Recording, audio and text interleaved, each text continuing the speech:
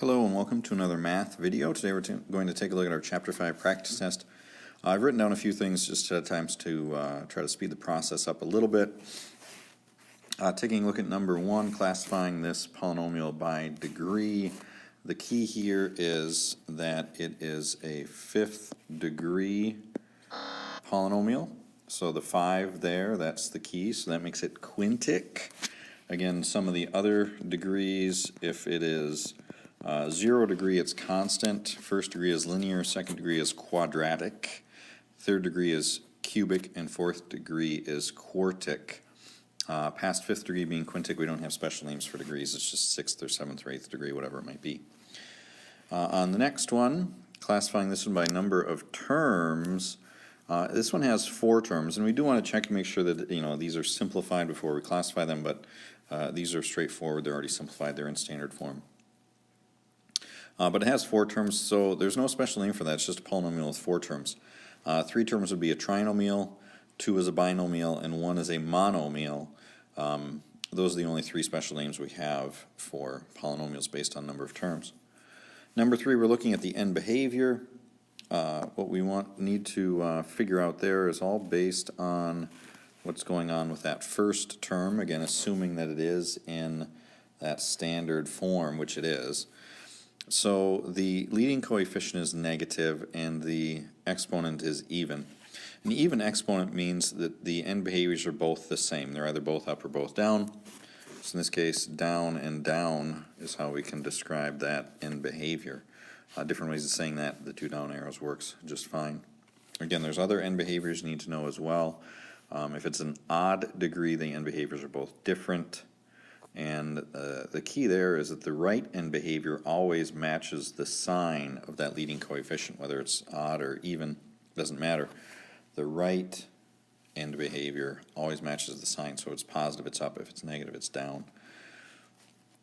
Moving on to number 4, the zeros and their multiplicities. Well, this one's already factored, so it's not too bad.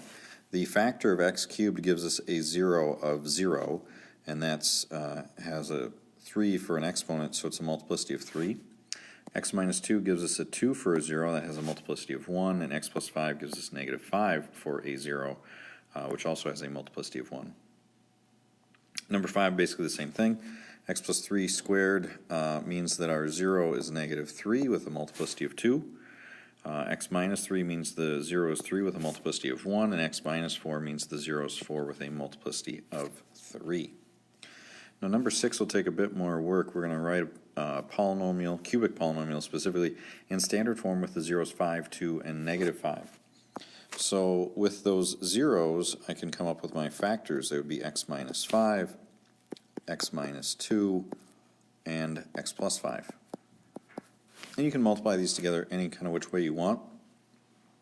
In this particular case, I notice I've got that x minus 5 and that x plus 5. So I might actually multiply those together first. That's that sum and difference pattern, so it actually multiplies very easily. You could box it, you could FOIL it, you could use special patterns, but that x plus 5, x minus 5 ends up being x squared minus 25. What happens there is we get a plus 5x and a minus 5x, and so we end up with just the 2 terms, the x squared minus 25. Again, you don't have to do it in that order. It's multiplication. You can choose the order. That's just what I would do. Now, I do have a binomial times a binomial, so you could FOIL that. I'm going to box it, though. And again, box is nice for showing you exactly what's kind of going on there. So if I put my x squared minus 25 on the left and my x minus 2 on the top, I'm going to switch colors here. So this would be an x cubed minus 2x squared. And again, the box is just a way for me to remember and kind of keep track of the 4 products that I have to find. In this case, we don't have any like terms, and again, that's really due to the fact that I've got an x squared, no x, and then the minus 25. So none of my degrees match up, which is fine. We just list those out in order then. X cubed minus 2x squared minus 25x plus 50. That's what we're looking at for that polynomial. So again, that's a cubic polynomial, and its zeros would be 5, 2, and negative 5. Let's see, number 7, sketching the graph. Okay. Proper x and y intercepts and end behavior. So multiplicities will play a part in this a little bit as well. telling us what those x-intercepts are going to do, but also looking at the y-intercepts and the end behavior. Now, end behavior, I would typically prefer to have this in standard form, but I can kind of work around that. Notice how in each of those factors, the leading factor is just an x, although in this last one here, that is getting squared. So this would be an x squared, really. Once we square the whole thing, would be my leading term. Times an x would be x cubed, times another x would be x to the fourth. So without actually figuring out the entire standard form, I can figure out the leading term. I'm just going to abbreviate that LT. Leading term would be x to the fourth power. That doesn't really look like an x. X to the fourth power would be the leading term. That's even worse. And so I can figure out the end behavior from that. The degree is even, so the end behaviors are the same. And it's positive leading coefficient, so end behavior would be up and up.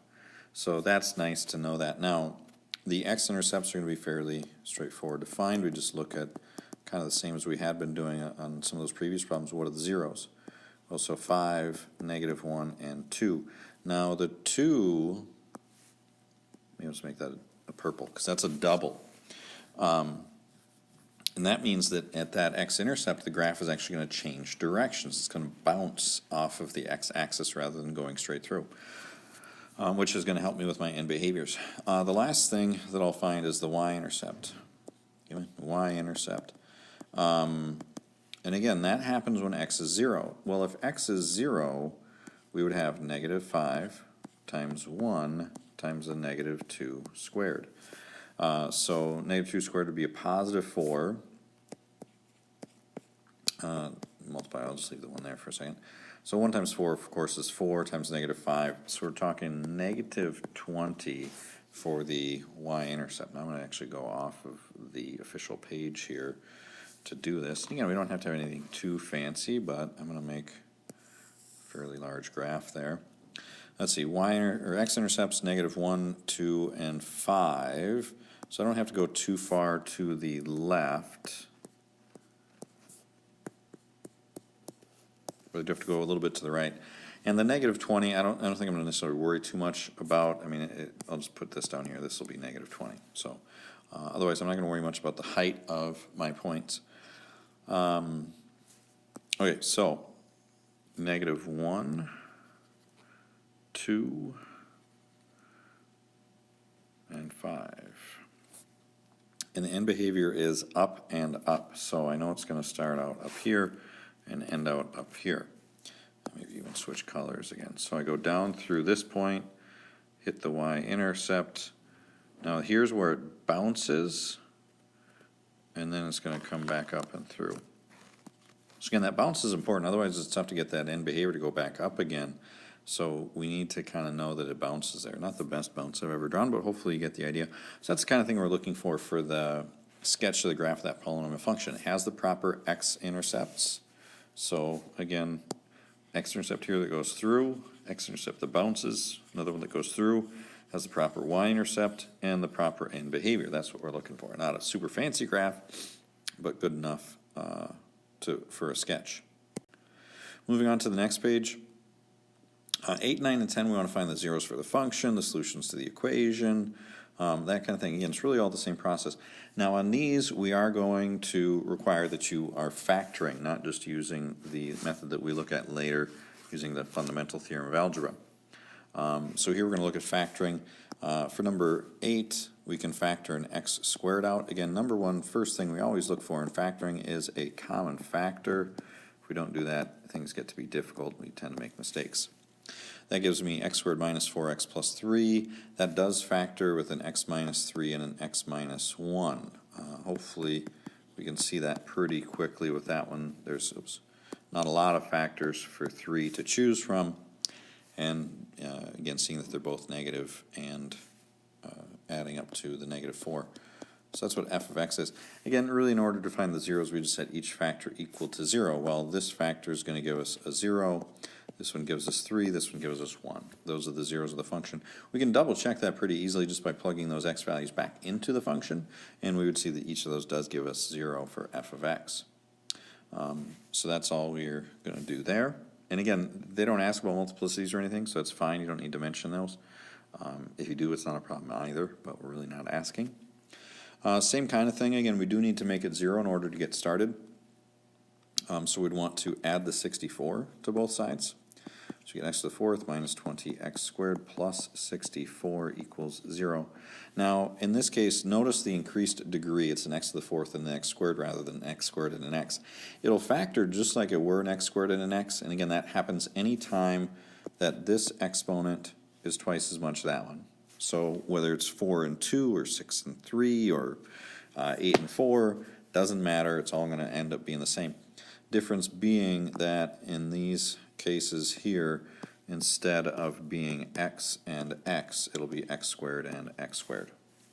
Otherwise, we still look at the factors of 64 that add up to negative 20. And again, we get our 1 and 1 here, so we do know a little bit about that. So it makes this a little bit easier. Let's see, factors of 64. Oops, I was thinking 2, so I wrote 2, but I was thinking ahead already.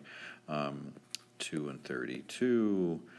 3 doesn't work. 4 does, though. 4 and 16. 5 and 6 don't work. 7 does not work. 8 and 8 works. And of course, we want the ones that add up to 20. In this case, they're both minus 4, minus 16. Now, we could actually factor this some more. They are looking for just for the solutions. We could actually, these are factored enough. We could do that, but I like to factor these. Again, this is that special factoring pattern, that difference of two squares factoring pattern, and I really want you to know how to do that. So it's not very well written there. Let me fix that a little bit. X minus 4. Okay. Now, and again, the problem that people have when they solve it from here is they forget the plus minus when they square it both sides. Factoring it kind of eliminates that. We can see that with this one here, we get a negative 2 and then a 2 and then a negative 4 and a 4. And of course, if you want to write that as positive negative 2 and really positive negative 4, that's fine. Either way is fine. You probably want to do both, but there you go. Okay, solving this one. Okay, now this one, notice the 4 terms. That should jump out at you right away. 1, 2, 3, 4. There's, those 4 things there. Let's see if I can do this even. Oh, no, it looks like I've got a limit of 3 lightsabers. Okay, so I can't do 4. But there you go, 4 things. Boom. So there, right away that's going to be factoring by grouping. We don't have a common factor we can take out of everything. There's nothing that we can simplify. So 4 terms means factoring by grouping. So really just group the first 2, x cubed minus the 3x squared, plus. Now the plus sign in the middle makes this a bit easier than it could be. It's a little tougher if it's minus, but in this case plus, so not too bad.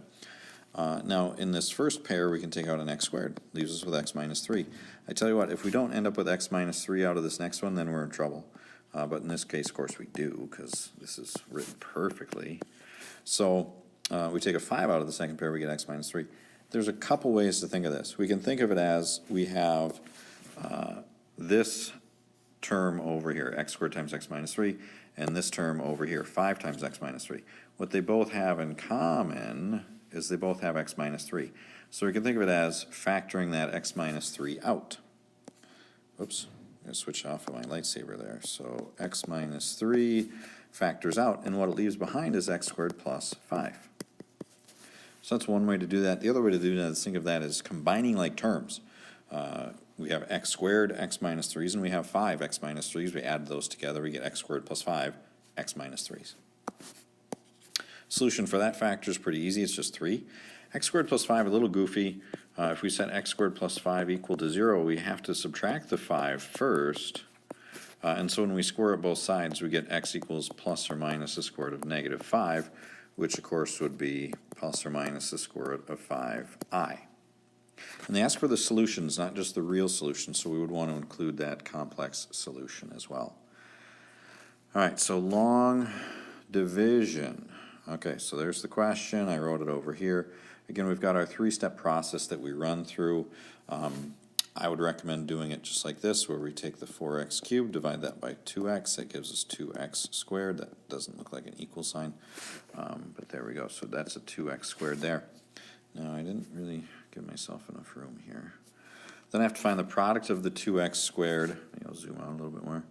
and the 2x plus 1. So the 2x squared times the 2x plus 1. Let's see, so we distribute the 2x squared through. That gives us 4x cubed plus 2x squared. Now, a number of different ways you can do this. These are both adding. That means I need to actually subtract both of them when I simplify here. So I like to actually write down what I'm doing, not the opposite of what I'm doing, and then flip it. So 4x cubed minus 4x cubed, gone. That's perfectly by design. Here we get a 6x squared. Whatever happens just kind of happens. So we got 6x squared minus 5x minus 1. So we go through our process again. 6x squared divided by 2x, we get 3x. So plus a 3x. I need to find the product of 3x and 2x plus 1. Of course I get a 6x squared. That's meant to happen. And I also get a 3x. Again, they're both positive. That means I'm really subtracting both of those. So minus 6x squared minus 3x. The 6x squareds cancel out. Again, that's what's supposed to happen. Ooh, here we get a minus 8x minus the 1.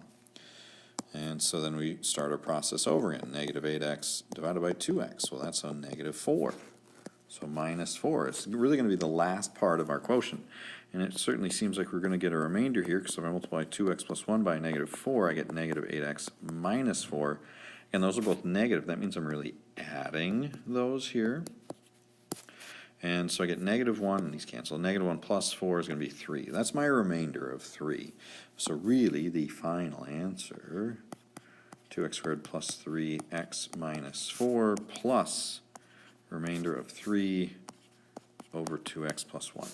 There we go. So that's what that looks like for that one. Again, lots of places you can go wrong there, so make sure you take your time with that. Number 12, is x minus 2 a factor of that? We could do that with long division, but man, we just did one of those, and I don't really want to do that again. And I have the choice of using synthetic since the factor is an x minus 2. Let's see, I've got an x cubed, x squared, x, and constant. So I'm not missing any terms, so I don't need to worry about anything fancy there. So I'll just set up my synthetic division and go from there. The 1 drops down, multiply by 2, add the 2's together, we get 4. Multiply the 4 by 2, we get 8. Add those together, I get 2. Multiply the 2 by 2, I get 4, and then 0. So the answer is yes, it is a factor. Again, you do need to show your work there so that I can see that, yeah, you came up with that. And you have to have the work correct. I'm not going to give you points if you have the work wrong and came up with the right conclusion somehow. Here they tell us to use synthetic division, so again, I want to make sure that you can do both. In this case, we're dividing negative 14x cubed minus 840 plus 14x by x plus 4. So this is a little tricky here because it's not in the standard form. And we're also missing an x squared term. So really it's negative 14x cubed plus 0x squared plus 14x minus 840. Some kind of weird numbers there, but if we go ahead and get started on that one, the negative 14 would drop down. Multiply that by the negative 4, we get a positive 56, which is going to give us 56 as well, which then that 56 times the negative 4 is going to be negative 224. Yeah, so the negative 224 plus 14 is negative 210, and then multiply that by the negative 4. Of course, is going to give us a positive 840, so we get a 0 remainder. Man, oh man, though, the result, though, ends up being a negative 14x squared plus 56x minus 210. So I get 14x squared plus 56x minus 210 is what we get for that one. All right, here we go. Last couple of questions. Finding all the solutions for the equation. And again, with this, I already went through the calculator work. It's tough for me to go through that, but basic idea is you graph this equation on the graphing calculator. So you type that in, y sub 1 equals that. Look at the graph. You should be able to see where it crosses the x-axis at negative 5 and 3. You can look at the table to confirm that yes, that it does actually happen. Negative 5 gives you 0, 3 gives you 0. From there we go through our synthetic division process to break this down. I would probably start with the 3, although you could do that differently. Let's see, 4th, 3rd, 2nd, 1st, constant, so we're not missing anything. So we go 1, 2, negative 6, 18, negative 135. Again, I do anticipate a 0 at the end because my graphing calculator told me I was supposed to get a 0. So I do know that. Let's see, so that's a 1, triple that, we get 3, we get 5, we get 15. Now we're down to 9, and then 27. Oh man, okay, so 27 and 18, we're talking 45. Whoops. And then 45 times 3 is 135. So it did work out the way we expected. Now again, we could translate that out. I don't think I'm really going to do that just because of the lack of space here. But that would be x cubed, or maybe I'll just kind of sneak them in here. This would be x cubed, and then of course the plus 5x squared plus the 9x plus 45, and again that's the remainder. So again, you could do that just so you kind of see, but I'm just going to roll right into that next synthetic division using the negative 5. So the 1 comes down, we get negative 5, which then of course is 0, and then 0, and then 9, and then negative 45, that's 5, and then that's 0. So we're left with, again, this is the constant, or sorry, the remainder. 9 is the constant. Here's our x, and then our x squared. So again, 0x, 1x squared. So really we have x squared plus 9 is that last factor that we have. Of course, the first two would be x plus 5 and x minus 3. The last one being x squared plus 9, and then it all equals 0. So of course we have the solutions from these two already, negative 5 and 3. Those we got from the graph. So we just said x squared plus 9 equal to 0. Since this one has no x term, it's simple enough just to subtract the 9 from both sides and then square root both sides. Get plus or minus the square root of negative 9, that's a 9. And of course that works out to be positive or negative 3i.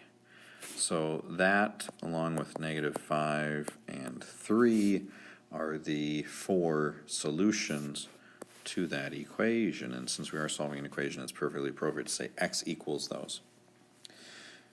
All right, last one. It's a cubic, and we only get 1 0 from the calculator. That's perfectly fine. And so I just go ahead and go through a synthetic division using that 0. So negative 2, we go 1, 3, 3, 2. Again, we aren't missing any degrees there, so 1, negative 2, 1, negative 2, 1, negative 2, 0. Okay, so this ends up translating as, and of course the first factor would be x plus 2, and then this is x squared plus x plus 1, and of course that equals 0. Because there's an x squared, an x, and a constant, I have to use the quadratic formula. I feel like this is one of the same ones from the homework. Sneaky, sneaky. Or at least it kind of ends up the same. I don't know if it was a negative 2, but I swear I just did the x squared plus x plus 1. So in the quadratic formula, a is 1, b is 1, and c is also 1. It's a very homogeneous set of values there. So let's see. X equals the opposite of b, plus or minus the square root b squared minus 4ac all over 2a. And normally I'd probably figure out a little bit more of that as we go, but I figured I should probably just lay those out there. So this really ends up being 1 minus 4.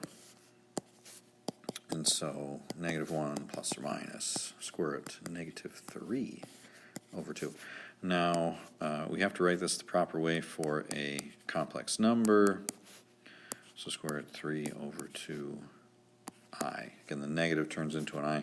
So that's 2 of the answers, and then the other one, of course, what was it again? I guess I went down too far. Negative 2 was the other one. Whoops. Totally meant to do that, which was negative 2. All right. Well, thank you, and hopefully you found this helpful, and as always, thanks for watching.